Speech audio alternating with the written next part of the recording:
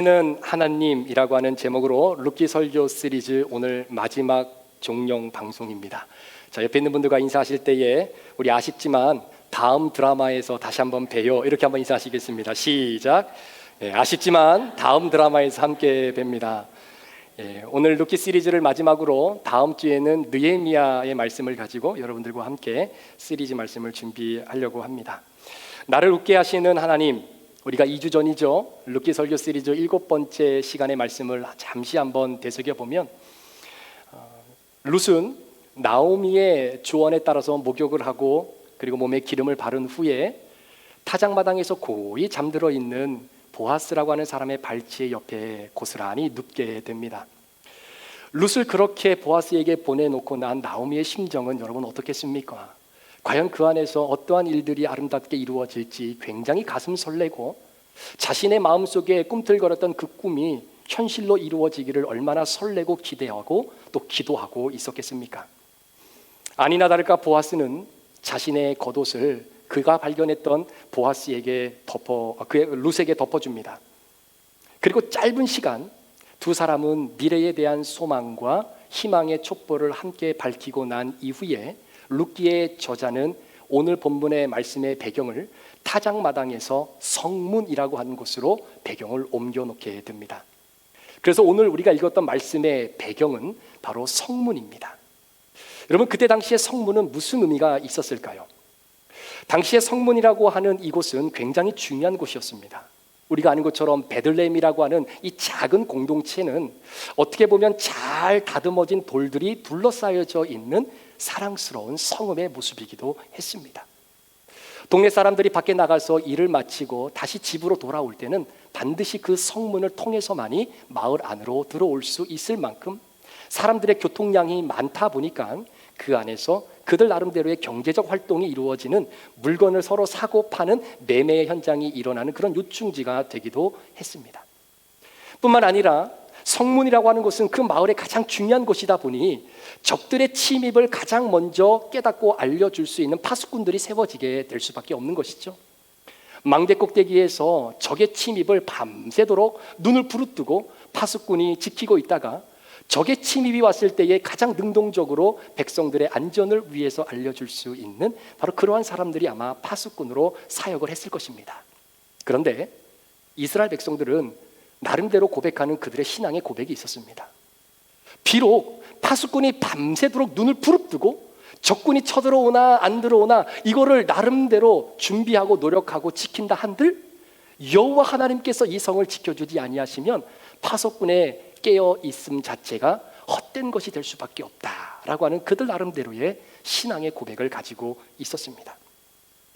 그렇게도 중요한 성읍이었기 때문에 오늘날과 같이 법적인 문제를 해결하고 절차가 진행되어지는 바로 그러한 곳도 바로 성문에서 이루어지고 있었습니다. 그래서 성문 높은 곳에 앉아 있는 사람들은 누구보다도 율법을 잘 알고 그 율법을 선용하여서 백성들에게 잘 적용할 수 있을 만큼의 지혜와 경험이 출출한 당시 마을의 장로들이나 아니면 사람들에게 유력하게 존경을 받고 있었던 사람들이 바로 그 위치에 앉아 있게 되는 것이죠. 보아스라고 하는 사람도 그런 유력한 한 사람 중에 한 부류에 속한 사람입니다. 자, 그렇다면 그 성문에서 도대체 무슨 이야기가 서로 오고 가고 있는 것일까요? 오늘 잠시 여러분들과 함께 그 성문의 현장으로 우리가 이동을 좀 해보려고 합니다. 자, 성문 오기에 도착해 보니 그들이 주고받는 이야기가 어떤 이야기였냐면요, 엘리멜렉이라고 하는 사람의 기업을 누가 이어갈 것인지에 대한 사람을 찾는 과정에 대한 이야기가 진행되어지고 있었습니다. 자, 그 내용을 가만히 읽어보니 우리에게 굉장히 낯익은 표현이 하나 나옵니다. 그것은 무엇이냐면 룻기라고 하는 말씀을 우리가 쭉 함께 말씀을 살펴보면서 마치 하나님은 우연인 것처럼 우리에게 다가오시지만 그것은 우연이 아니라 우연을 가장한 하나님의 치밀하시고 세밀하신 하나님의 배려의 계획이었다라는 것을 우리는 알게 된 사실이 있습니다. 마치 모압 여인이었던 룻이라고 하는 여인이 보아스에게 속한 밭에서 일을 하게 된 것이 마치 우연인 것처럼 보였지만 마침내 하나님의 계획이 아름답게 이루어지게 하나님이 역사하셨던 것처럼 오늘 성문에서도 이루어지고 있는 이 모든 절차 속에 마치 우연인 것처럼 보여지지만 여전히 하나님의 간섭하심이 묻어있는 표현들이 오늘 본문 4장 1절에 다음과 같이 기록이 되어져 있습니다. 보아스가 성문으로 올라가서 거기 앉아 있더니 마침 보아스가 말하던 기업 물을 자가 지나가는지라. 보아스가 그에게 이르되 아무개여 이리로 와서 앉으라 하니 그가 와서 앉으매. 자, 그런데 한 가지 이상한 점이 있습니다. 오늘 본문은 엘리멜렉이라고 하는 사람의 기업을 물을 자가 누구다라고 그의 이름을 우리에게 말해주고 있지 않다라는 것이죠. 여러분, 보아스가 그 사람의 이름을 정말 몰랐을까요? 베들레헴이라고 하는 공동체는 굉장히 작은 혈연 공동체로 이루어진 작은 집단입니다. 그러다 보니까 사람들이 어떠한 생각, 어떤 마음을 가지고 살아가는지도 너무나 잘 알고요, 한 다리 건너 아 하면 또 한 다리 건너면 어라고 이해할 수 있을 만큼의 관계가 형성되어져 있던 공동체입니다. 옆집 철이네 순이네 집에 숟가락과 젓가락이 몇 개가 있다라고 하는 것까지도 이미 다 알 만큼의 가까운 관계를 가지고 있었던 이들이 어찌 보아스가 율법적으로 엘리멜렉의 기업을 가장 먼저 이루어야 되고 책임져야 될 이 사람의 이름을 어찌 모를 수 있겠느냐라는 것이죠. 그런데 여러분, 왜 룻기의 저자는 이 사람의 이름을 우리에게 소개하고 있지 않은 것일까요? 자, 이 질문을 한번 잘 여러분들 머릿속에 염두에 두면서 남은 제 설교와 함께 보조를 좀 마치면 좋겠습니다. 자, 이 질문을 기억하면서 4장 3절의 말씀을 한번 보십시오. 보아스가 기업을 물을 자에게 이르되 모압 지방에서 돌아온 나오미가 우리 형제 엘리멜렉의 소유지를 팔려 함으로 라고 이야기합니다. 자, 여기서 우리가 한 가지 유추할 수 있는 한 가지 사실이 있습니다. 나오미가 엘리멜렉의 소유지인 땅을 지금 판다라고 이야기합니다. 그 말을 뒤집어 이야기하면 그동안 나오미라고 하는 여인에게 남편인 엘리멜렉의 밭의 소유권이 나오미에게 있었다라는 이야기 아닙니까? 그러니까 나오미가 그 땅을 판다라고 하는 표현이 나온 것 아니겠느냐라는 것이죠. 자, 그런데 이 부분에 대해서 성경은 우리에게 조금 다른 시각으로 이야기합니다. 자, 민수기 27장 8절부터 11절까지의 말씀을 여러분들과 스크린으로 볼 텐데, 여러분들의 날카로운 매 같은 눈으로 그 내용 중에 토지에 상속할 수 있지 않는 사람이 있습니다. 그 대상에 제외된 사람이 있는데 누군지 한번 여러분 찾아보시기 바랍니다. 자, 27장 8절입니다.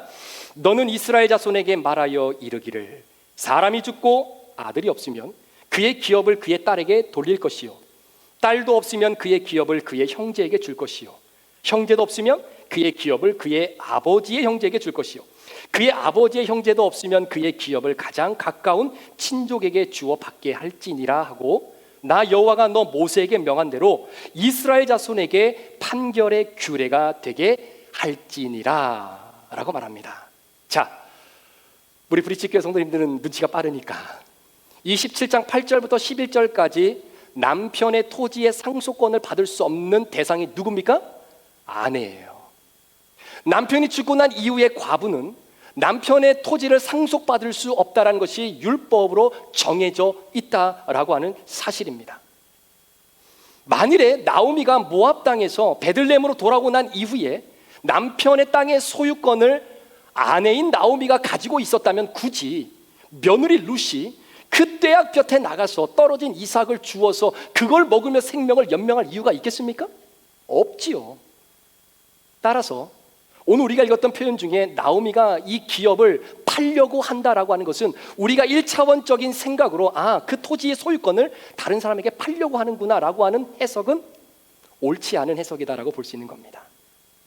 자, 여기서 땅을 팔다라고 하는 이 팔다라고 하는 히브리 단어는 마카르라고 하는 히브리 동사를 쓰는데, 이 마카르라고 하는 동사는 매매하다, 물건을 서로 주고 팔다라고 하는 뜻도 있지만 이에 못지않게 중요한 의미 한 가지를 더 가지고 있습니다.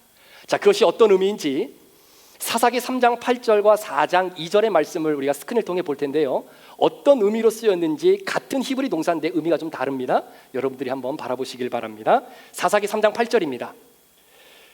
여호와께서 이스라엘에게 진노하사 그들을 메소포타미아 왕 구산 라사다임의 손에 파셨으므로 이스라엘 자손이 구산 라사다임을 8년 동안 섬겼다라고 합니다. 자, 이어지는 4장 2절입니다. 여호와께서 하솔에게 통치하는 가나안 왕 야빈의 손에 그들을 파셨으니 그의 군대 장관은 하로셋 학고임에 거주하는 시스라요, 동일하게 파셨다라고 하는 이 단어가 오늘 본문에 등장하는 바로 마카르라고 하는 동사입니다. 근데 돈 주고 팔았다는 의미는 아니겠죠? 여기서 팔다라고 하는 동사는 매매하다라는 의미가 아니라 책임과 권한을 넘겨주다라고 하는 의미를 갖고 있는 겁니다. 따라서 나오미가 기업을 팔려고 한다라는 것은 내가 이 기업을 책임져야 되는데 그럴 능력이 없기 때문에 이 기업을 책임질 권한과 그 의무를 누구에게 넘기겠다라고 하는 의미죠. 그래서 기업 물을 자를 찾는다라고 하는 표현이 룻기에 기록이 되어져 있는 겁니다. 사랑하는 여러분, 자, 그렇다면 현재 엘리멜렉의 그 토지의 소유가 그녀의 부인이었던 나오미에게도 없습니다. 그리고 오늘 내용을 바라보니까 율법에 의하면 가장 가까운 친척이 그 기업을 물어야 되는데 지금 가장 가까운 친척도 그 땅의 소유권을 갖고 있지 않습니다. 그렇다면 엘리멜렉이 소유했던 그 토지는 도대체 누구에게 있기에 이러한 과정이 성문 안에서 진행되어지고 있는 것일까요? 아내에게도 없습니다. 율법적으로 가장 먼저 그 기업을 물어야 할 친척에게도 그 땅이 없습니다. 혹시 여러분이 갖고 계십니까? 그러면 그 땅은 결론적으로 다른 사람의, 외부의 사람의 손에 그 땅이 넘어가 있는 것 아니겠습니까? 어찌된 연유인지는 모르겠지만 에브라임이라고 하는 이 사람의 엘리멜렉은 토지라는 것이 외부의 사람의 손에 어떻게 넘어갈 수 있을까요? 여러분, 엘리멜렉은 에브라임 사람입니다. 에브라임 사람은 하나님의 백성이죠. 하나님의 백성들에게 토지는 그저 자신의 삶을 연명해 나가는 생계수단으로서의 토지 이상의 의미를 가지고 있습니다. 하나님께서 허락하신 토지를 통해 허락해 주시는 그 열매를 먹음으로 인하여 우리의 생명의 주관자가 이 땅을 주관하시는 하늘의 하나님이시다라는 신앙의 고백이 그들에게는 토지에게 있다라는 거예요. 그래서 그 토지를 마음대로 팔 수가 없습니다. 이방인에게 팔 수도 없어요. 그래서 율법으로 정해놓은 것이 내가 이 땅을 관리하지 못하면 하나님의 백성 중에 가장 가까운 친척이 그 땅을 계속해서 유지해 나갈 수 있도록 율법으로 정해놓았음에도 불구하고 아내에게도 없어요. 가장 가까운 친척에게도 없어요. 이 땅이 결국은 외부의 사람의 손에 넘어가게 된 것 아니겠느냐라는 거죠. 사실 우리는 룻기의 말씀을 통해서 엘리멜렉이라고 하는 이 남자의 과거가 어찌했는지를 우리는 자세히는 모릅니다. 그러나 룻기의 전체적인 정황을 따져볼 때에 한 가지 생각해 볼 수 있는 그의 인생의 시나리오가 있습니다. 10년도 훨씬 지난 일이에요. 엘리멜렉은 한때 베들레헴에서 꽤나 인정받는 부유한 사람이었을 겁니다. 마구간에는 소와 양도 많았고요. 밭의 곡식에는 때에 따라 열리는 아름다운 열매가 연그러져 있는 것을 바라보면서 그렇게 행복하게 살았던 사람이었을 겁니다.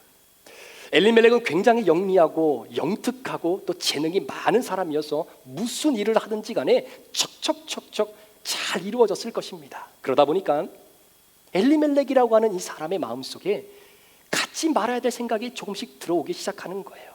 교만의 마음이 자라기 시작합니다. 내가 갖고 있는 밭보다 조금 더 늘려볼까? 내가 가지고 있는 우리 안에 양과 소의 양을 지금보다 조금 더 늘려보고 싶은 그러한 마음, 뿐만 아니라 베들레헴이라고 하는 작은 공동체지만 그 누구보다도 사람들에게 우러름을 받는 가장 높은 그 성문에 그 자리에 한번 앉아보고 싶었던 그 마음이 엘리멜렉의 마음속에 조금씩 삐집고 들어오기 시작합니다. 그런 욕심을 이기지 못해 극대치의 이 기운을 남겨보려고 과잉 투자를 하게 되는 것이죠. 그러다 보니 그가 소유한 분깃에 만족하는 마음은 점점 줄어들고 더 많은 물질의 눈독이 들어가기 시작하면서 하나님이 주신 아름다운 소산에 대한 감사의 마음은 사라지고 더 갖고 싶은 마음이 그 마음속에 찾아 들어오니 이미 엘리멜렉의 마음은 여러분 기근이 찾아온 것 아니겠습니까? 투자를 충분히 해놓으면 거기서 서너 배의 소득이 눈덩이처럼 불어날 거라고 생각을 하고 일을 벌렸지만 이게 웬일입니까? 그렇게도 때맞춰 잘 내려주었던 이른비와 늦은비도 왜 이렇게 때맞춰 내려주지 않는지 모르겠습니다. 뿐만 아니라 엘리멜렉은 그 이른비와 늦은비도 전능하신 하나님이 붙잡고 있다라고 하는 그 신앙조차도 시간이 지나면서 조금씩 상실해 가기 시작하는 거예요. 엘리멜렉은 하루아침에 빚더미 위에 앉아버리게 됩니다. 동네 사람들에게 이 사람 저 사람에게 돈을 꾸지요. 처음 동네 사람들은 그래도 엘리멜렉과의 관계가 있으니까 돈을 좀 빌려줍니다. 그리고 엘리멜렉에게 나름대로 도움을 받았던 사람이라면 뭐 그 도움을 좀 갚아야 되는 차원에서 자신도 없지만 조금 뛰어서 엘리멜렉을 도와주죠. 그런데 시간이 지나면서 사람들은 엘리멜렉에게 등을 돌리기 시작합니다. 동네 사람들에게 외면을 당한 엘리멜렉은 하는 수 없이 소유상환 계약을 의지해서 자신에게 주신 하나님의 기업임에도 불구하고 그 땅을 외부 사람에게 팔고 그리고 받은 돈으로 삶을 연명해 나가는 삶을 선택하게 되죠. 그럼 뭔가 제대로 잘 될 것 같았지만 베들레헴의 그 기근은 쉽게 물러가지 않습니다. 원망에 도달했던 그 마음, 이제는 더 이상 남아있는 토지조차도 없어서 이제는 자신의 몸을 몸종으로 팔아야 될 만큼의 극악한 상황에 이른 그때에 엘리멜렉은 선택할 수 있는 두 가지 옵션이 있었습니다. 첫 번째는, 그래, 이왕 이렇게 산 건 그냥 아무 생각 없이 몸종으로 내 인생 살아야 되겠다라고 내 몸을 종으로 팔아서 그렇게 살든, 아니면 어차피 외부의 사람들에게 넘어간 그 땅 나에게 다시 돌아올 수는 없으니 그것은 잊어버렸다 치고 이렇게든 저렇게든 다리를 뻗어 내가 긁어 모을 수 있는 모든 재산을 가지고 그래도 아직 기근이 들지 않은 땅, 그래도 나에게는 기회가 주어져 있는 기회의 그 땅, 모압 땅으로 도망가는 것이 더 낫지 않겠는가 라고 하는 그 두 가지 옵션 중에 엘리멜렉은 두 번째 옵션을 선택하게 됩니다. 그리고 마음속에는 다시금 금이 환영하여서 내가 보란듯이 성공하며 돌아왔다는 것을 베들레헴 공동체에 보여주고 싶은 그 꿈이 있었겠죠. 그러나 엘리멜렉이 베들레헴으로 돌려보냈던 것은 수천 마리 낙타 위에 쌓여져 있었던 금은보화의 재산이 아니라 홀로 남은 나오미와 그 며느리 룻밖에 없었습니다. 여러분, 가능한 시나리오 아닐까요? 자, 이런 상황에서 보아스는 엘리멜렉이라고 하는 이 집안의 기업을 구원해 준다라고 하는 것은 단순히 그 사람들만 구원하는 것이 아니라 이미 빼앗겨져 버렸던 그 땅들도 함께 다 사들인다라고 하는 의미를 보아스는 다 알고 있었습니다. 그렇기 때문에 그 토지가 지금 어떤 외부인의 사람의 손에 있는지, 그리고 그 사람이 얼마의 값을 부르던 상관없이 보아스는 그 값을 정확하게 지불해 주어야만이 결국은 그 기업을 물을 수 있게 되는 것이죠. 자, 그런 마음을 가지고 성문을 찾아왔을 때에 마침 율법의 순서에 따라서 가장 먼저 기업 물을 자를 마치 우연인 것처럼 만나게 됩니다. 자, 오늘 본문 3절과 4절을 한번 보십시오. 보아스가 그 기업 물을 자에게 이르되 모압 지방에서 돌아온 나오미가 우리 형제 엘리멜렉의 소유지를 팔려 함으로 내가 여기 앉은 이들과 내 백성의 장로들 앞에서 그것을 사라고 내게 말하여 알게 하려 하였노라. 만일 내가 물으려면 물으거니와 만일 내가 물으지 아니하려거든 내게 고하여 알게 하라. 내 다음은 나요 그 외에 물을 자가 없느니라 하니 그가 이르되 내가 물으리라 하는지라. 뭐 나 나오고 너 나오고 물러라 물렸다 뭐 이런 얘기만 나오는데 무슨 말일까요? 율법상으로는 기업을 가장 먼저 물어야 될 사람이 물지 않고 보아스, 네가 이걸 책임져라라고 이야기하는 겁니다. 성경은 그를 아무개라고 표현하죠. 보아스 이야기를 들어보니 율법상으로는 본인이 책임을 져야 되는 게 맞아요. 그런데 가만히 생각해 보니까 썩 내키지도 않을 뿐만 아니라 자신에게는 너무나 부담스러운 일이 될 수밖에 없는 것입니다. 자, 그런 부담스러운 마음을 가지고 아무개라고 표현되어져 있는 이 사람이 룻기 4장 6절에 보아스에게 이렇게 이야기합니다. 한번 들어보세요. 그 기업 물을 자가 이르되 나는 내 기업에 손해가 있을까 하여 나를 위하여 물으지 못하노니 내가 물을 것을 내가 물으라. 나는 물으지 못하겠노라 하는지라. 네가 해라라는 거죠. 아무개는 자기 기업, 자기 이름, 자기 복지에 굉장히 관심이 많은 사람인 것 같습니다. 조금이라도 내가 가지고 있는 재산의 영역에 누군가가 침해했다라는 그런 느낌이 들면 굉장히 큰일 날 줄 아는 사람인 것처럼 보입니다. 나만 알고 내 것만 챙기고 나만 잘 되면 된다라고 하는 그런 옹졸한 마음을 가지고 있는 사람들의 특징 중에 하나는 사람들에게 많은 존경을 받고 싶어 하지요. 그런데 여러분, 그런 마음을 갖고 있는 사람들을 사람들이 존경하지 않습니다. 그런데 오늘 본문에 기록되어져 있는 이 아무개라고 하는 사람은 그런 잘못된 마음을 가지고 내 것을 불리고 내 것을 챙기고 내 것을 강화하고 내 것을 복되게 하면 할수록 나는 모든 사람들이 우러러보는 성문 높은 가장 높은 곳에 앉아 있을 수 있을 거라고 생각하지 않았을까요?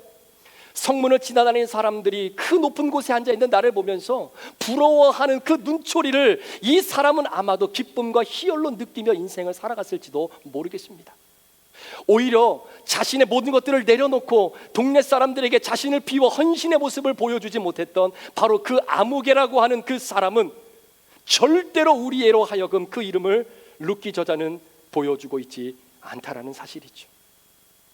룻기 저자는 결탄코 기업물을 자의 이름을 우리에게 들려주지 않습니다. 그는 영원히 아무개입니다. 자기의 이름을 위해서 애를 썼던 그는 우리에게 그냥 아무개입니다. 이스라엘 역사도 그를 기억해 주지 않아요. 우리도 그를 모릅니다.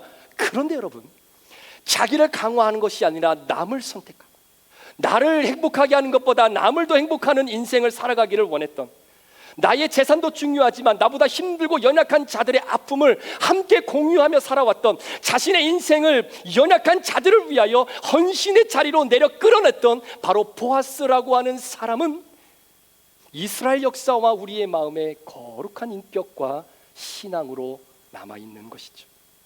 여러분, 우리는요, 어떤 인생을 선택하며 살아가느냐가 앞으로 우리가 아무개로 살아갈 것인지 아니면 하나님의 뇌리에 기억되어지는 인생이 되어질지, 여러분, 그것은 우리가 무엇을 선택하며 살아가는지에 따라 다르다라는 겁니다.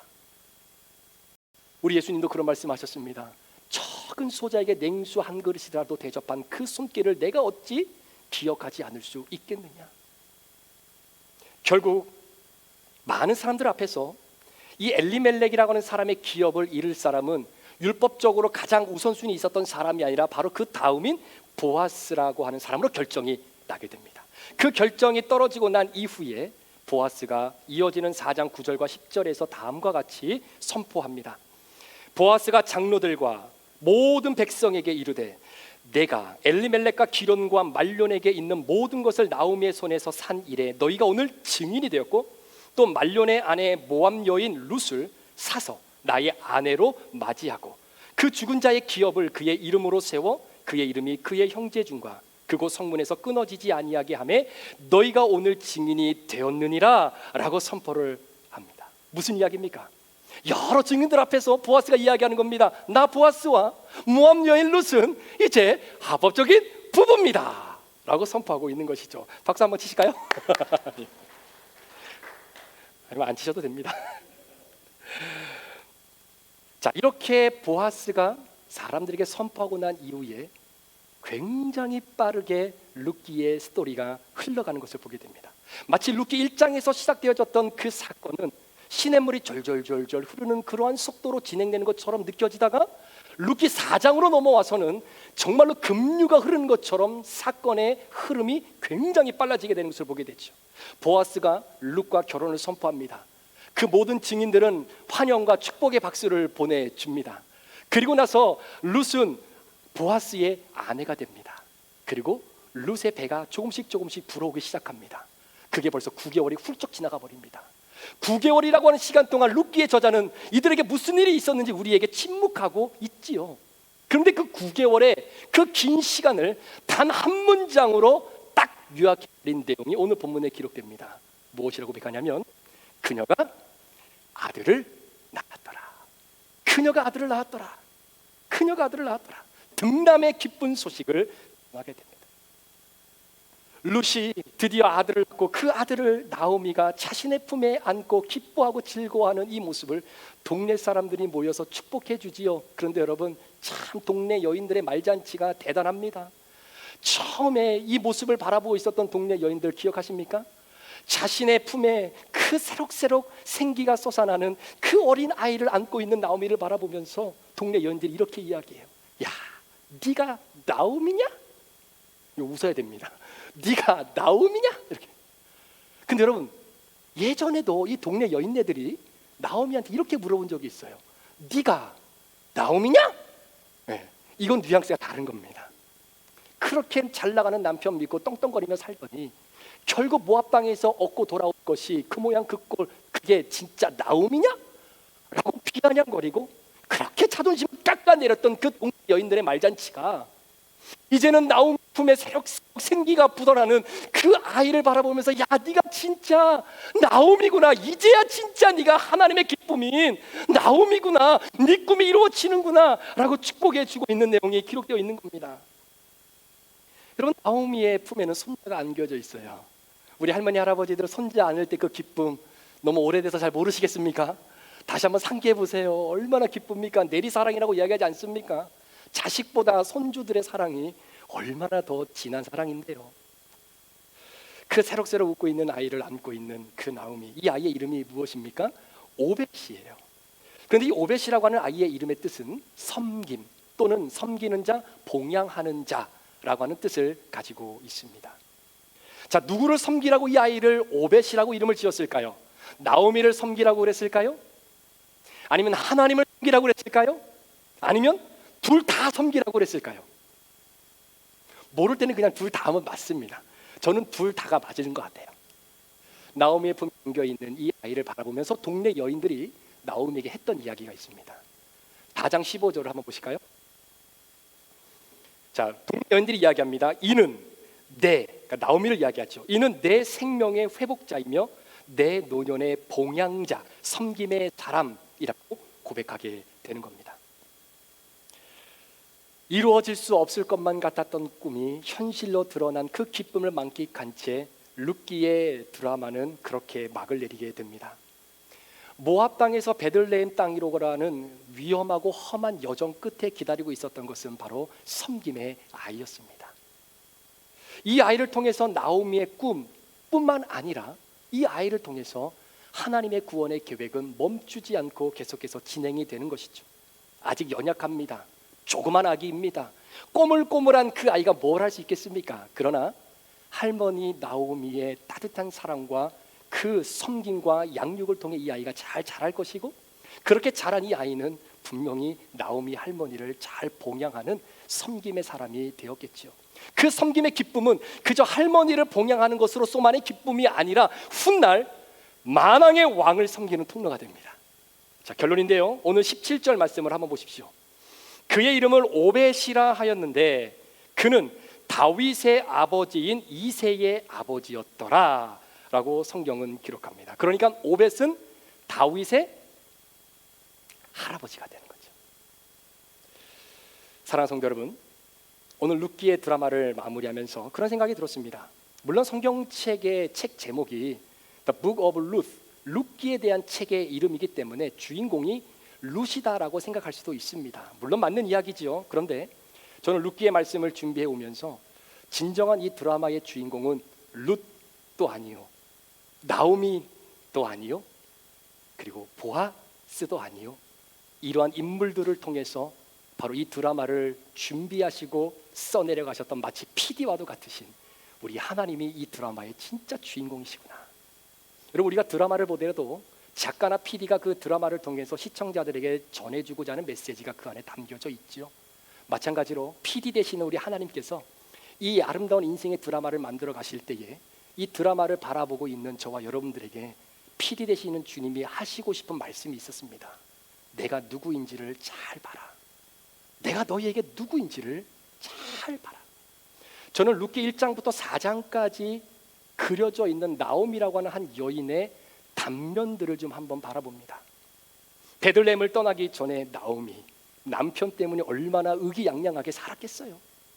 그러나 베들레헴을 떠나야 할 수밖에 없었던 나오미, 그리고 베들레헴을 떠나 모압 땅으로 어쩔 수 없이 한 발 한 발 그 무거운 발걸음을 향해 걸어가야 될 수밖에 없었던 나오미, 모압에서 좀 잘 좀 살아보겠다고 갔지만 모진 고통 속에 남몰래 눈물 흘리며 하루하루를 보냈던 나오미, 사랑하는 남편을 잃어요, 자녀를 잃어요, 슬픔의 통곡을 밤마다 소리 죽여가며 외쳤던 나오미, 실패의 끼에 고향으로 돌아갈 수 없지만 그래도 어느 시인의 고백처럼 넘어져도 고향 땅에서 넘어지면 고향의 땅이 나를 받아주겠지라고 하는 그 표현처럼 그래도 베들레헴 고향 땅으로 돌아가야 되지 않을까라고 마음 먹고 발걸음을 옮겼던 나오미,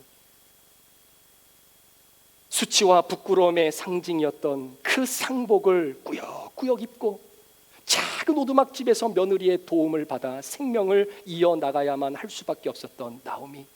그럼에도 불구하고 그 절망과 인생의 바닥을 치고 있다라고 하는 그 순간 속에서도 나에게 주신 작은 꿈을 포기하지 않고 그 꿈을 향해 믿음으로 걸어갔던 나오미. 그리고 마침내 그 꿈이 현실화가 되어져서 자신의 품에 도저히 상상할 수 없었던 한 갓난 아이를 보며 눈물에 눈물을 거듭해 사랑과 기쁨의 고백으로 이 아이를 바라보며 하나님을 의지하며 바라보고 있는 나오미. 과연 오늘 말씀을 함께 나누는 여러분의 인생 가운데 여러분들은 나오미의 인생의 단면 중에 혹시 어디에 계십니까? 하나님께서는 이 인생의 드라마를 통해 이걸 말씀하고 싶으셨던 거예요. 하나님께서 나오미를 향해 인생의 처절한 고통과 아픔의 현장 속에서 눈물 없이, 아니 살고 싶어 사는 것이 아니라 죽지 못해 살아갈 수밖에 없었던 한 여인의 비고한 삶을 그대로 내버려 두시는 것이 아니라 하나님께서 그 인생을 들어 결국에는 기쁨과 아픔, 기쁨과 행복의 눈물로 우리로 웃게 해주실 바로 그 인생 역정 드라마의 하나님. 여러분, 그 이유가 있습니다. 왜 그러냐면요, 보아스가 기업 물을 자로서의 책임을 가지고 엘리멜렉에게 소유되어졌던 모든 것들을 자신의 것으로 만들어내기 위해 보아스는 이루 말할 수 없는 대가를 다 지불했기 때문입니다. 아멘인가요? 마찬가지로 하나님께서도 저와 여러분 부족합니다. 연약해요. 죄 많아요. 정말 그럼에도 불구하고 하나님이 너는 내 것이다, 내 안에 소유되어진 내 것이다 라고 만들어내기 위해 하나님은 저와 여러분을 구원하시기 위하여 하나님도 대가를 지불하셨어요. 그 대가는 하나밖에 없는 예수 그리스도를 십자가에 대신 여러분들을 대신해서 죽게 하신 사건입니다. 여러분, 대속의 사건이라는 말 들어보지 않으셨습니까? 이 대속의 사건은요, 무슨 의미냐면요, 이런 거예요. 보아스가 그 외부의 사람의 손에 들어가 있던 토지를 만약에 살 때에 보아스가 기업물을 자로서 대가를 지불합니다. 그런데 이만큼 대가를 지불해야 되는데 이만큼만 대가를 지불한 거예요. 그리고 나서 우선 그들을 데리고 왔습니다. 그런데 그 토지를 팔았던 외부인이 나중에 시간이 지나서 보아스를 찾아가서, 에이 보아스, 그때 이 모든 기업을 물을 때 당신이 나한테 이만큼 물어야 되는데 당신 요만큼밖에 안 물었어. 그러니까 이만큼 더 물어 라고 말할 거리를 아예 주지 않기 위해서 보아스는 완전하게 모든 것을 치르고 그 모든 것들을 가지고 왔다라는 거예요. 마찬가지입니다, 여러분. 하나님이 저와 여러분들을 하나님의 것으로 만들어내시고 하나님의 자녀로 세우시기 위해서 하나님이 치른 대가는 바로 이런 대가예요. 예수님의 십자가의 구속은 사단 권세 악한 영들이 하나님에게 참소하며, 하나님, 그때 그 브릿지교회 A라는 성도 B라는 성도 데려가실 때 하나님이 물렀던 거, 그 물음, 그래도 이만큼밖에 안 물었는데 이거 좀 더 물어야 되는데요 라고 사단이 아예 참수하지 못하도록 하나님께서 예수를 통해 완전히 물어놓으신 이 사건이 십자가의 사건입니다. 그래서 저와 여러분이 하나님의 것이 된 거예요. 사단의 속에 악한 영들에게 붙잡혀 살아갈 수밖에 없었던 우리가 그래서 하나님의 것이 된 겁니다. 어느 누구도 그 사람 내 건데요, 하나님 안에 있는 그 영혼 제 건데요 라고 말하지 못하도록 하나님이 아예 단도리를 쳐버리는 거예요. 사랑하는 여러분, 그렇기 때문에 하나님께서 우리에게 주신 그 은혜를 기억하며 살아가는 그리스도인들은 웃으며 살 수밖에 없는 겁니다. 이 믿음의 고백을 가지고 살아가느냐 그렇지 않느냐는 우리의 삶의 퀄리티가 너무나 차이가 난다라는 거예요. 비록 나오미의 인생을 바닥치는 인생의 모습도 있었지만 그것을 끝으로 내버려두지 아니하시고 그를, 왜? 하나님은 그 모든 것들을 다 물렀기 때문에, 모든 것을 다 지불했기 때문에 네가 나의 것임을 하나님은 이 이야기를 통해 오늘 우리에게 들려주고 있는 것입니다. 여러분, 믿으십시오. 그리고 선포하십시오. 우리는 더 이상 세상에 속한 사람들이 아닙니다. 십자가의 승리를 이미 경험한 사람들입니다. 오늘날 많은 그리스도인들이 참 안타까운 것은요, 여전히 믿음의 여정이 저 십자가의 승리를 거머쥐기 위해서 죽지 못해 어쩔 수 없이 교회에 오고 살아가는 그러한 모습으로 신앙의 여정을 걸어가시는 분들이 너무나 많아요. 여러분, 그거 아닙니다. 우리에게는 이미 승리가 있어요. 그 승리를 붙잡고 하나님을 찬양하며 세상을 향해 담대하게 나아가는 그 뿌듯함이 우리 가운데 있는 겁니다. 그래서 지금은 좀 힘들어도요, 그래도 지금은 몸이 좀 연약하더라도요, 지금은 좀 여러 가지로 힘들고 지친 삶의 모습이 있을지라도, 비록 내가 나오미처럼 인생 밑바닥을 치고 있을지라도 하나님은 그 영혼을 들어 끝내는 나를 웃게 하시는 역전의 인생의 드라마의 주인공이 하나님이라는 것을 이 이야기를 통해 우리에게 말씀해 주고 있는 것 아닙니까? 아멘이신가요? 사랑하는 성도 여러분, 오늘 말씀을 마무리하면서 혹시 이상한 변호사 우영우라고 하는 드라마를 혹시 보셨습니까? 예, 아마 보신 분들도 많이 계실 거예요.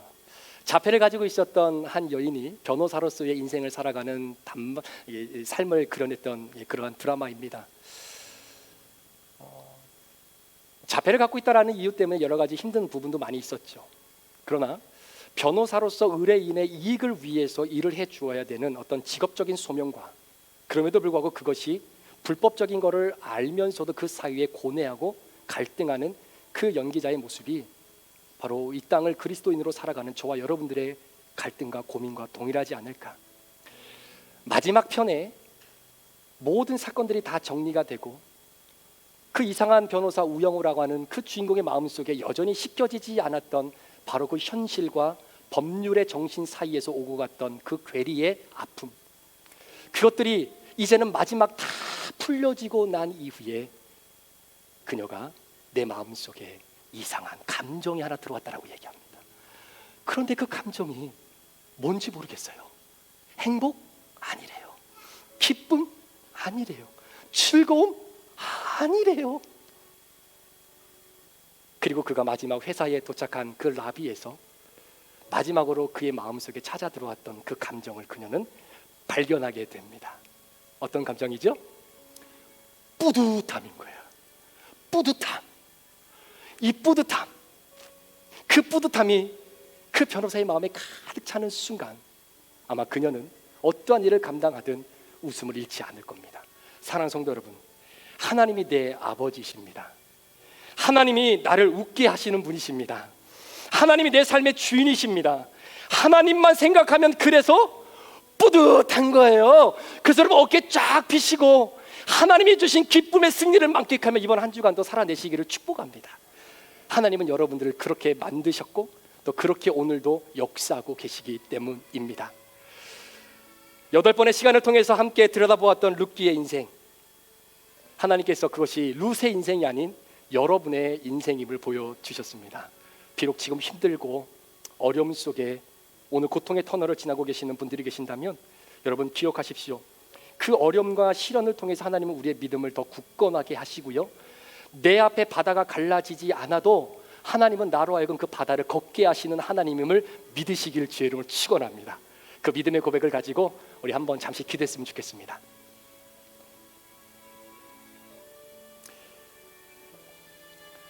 아마도 나오미는 자신의 삶을 돌아보면서 이 내 앞에 놓여있는 이 장애물과 같은 바다를 내가 어찌 건너가야 될까?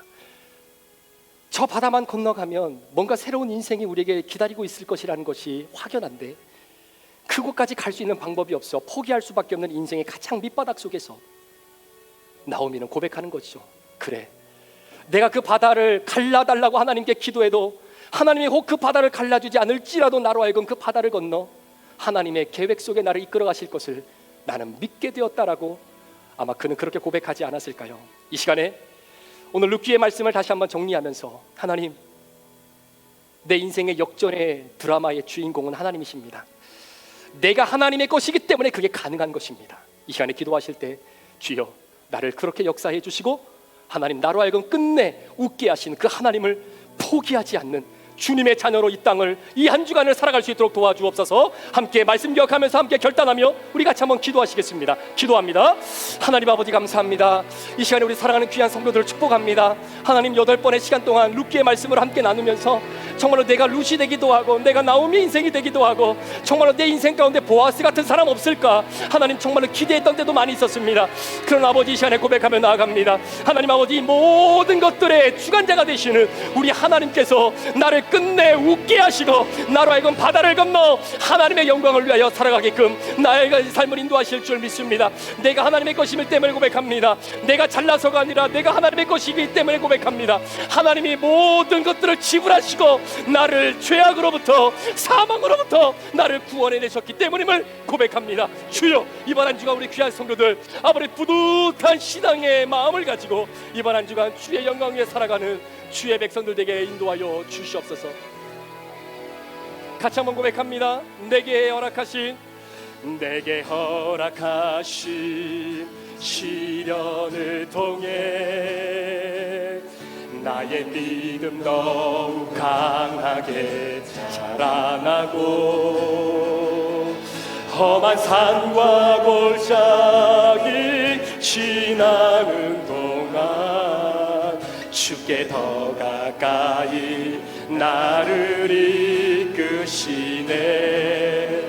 내가 겪는 시험이 어렵고 힘겨워도 내 주님보다 크지 않네. 내 앞에 바다가 갈라지지 않으면 주가 나로 바다 위 걷게. 이 믿음인 겁니다. 아멘. 나는 믿네. 주의 능력으로 내 삶 새롭게 되니 나는 믿네. 주의 능력으로 담대히 나아가리. 주와 함께 싸워 승리하리라. 날마다 믿음으로 나 살아가리. 내게 허락하신 시련을 통해 나의 믿음 더욱 강하게 자라나고 험한 산과 골짜기 지나는 동안 주께 더 가까이 나를 이끄시네. 아멘. 내가 겪는 시험이 어렵고 힘겨워도 고백합니다. 내 주님보다 크지 않네. 내 앞에 바다가 갈라지지 않으면 주가 나로 바다 위 걷게 하리. 아멘. 나는 믿네. 주의 능력으로 내 삶 새롭게 되니 나는 믿네. 주의 능력으로 담대히 나아가리. 주와 함께 싸워 승리하리라.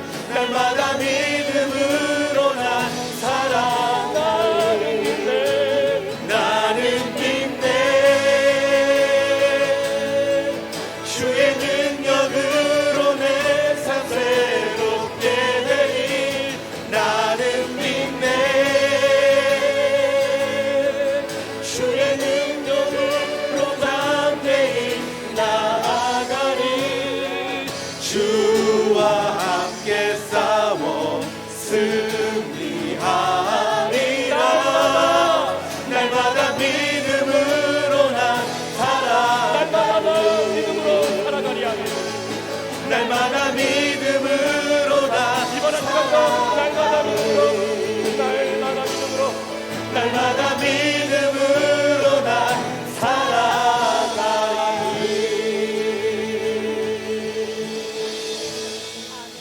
하나님 아버지, 주님을 향한 우리의 믿음의 고백이 교회 안에서만 이루어지는 것이 아니라 우리의 삶의 현장에서 정말 그 고백이 나와야 될 때를 알게 해주시고 그때 믿음으로 선포함으로 말미암아 나를 웃게 하실 하나님을 기대하는 그 믿음의 소망을 놓지 않도록 우리 성도들을 이번 한 주간도 지켜 주시옵소서.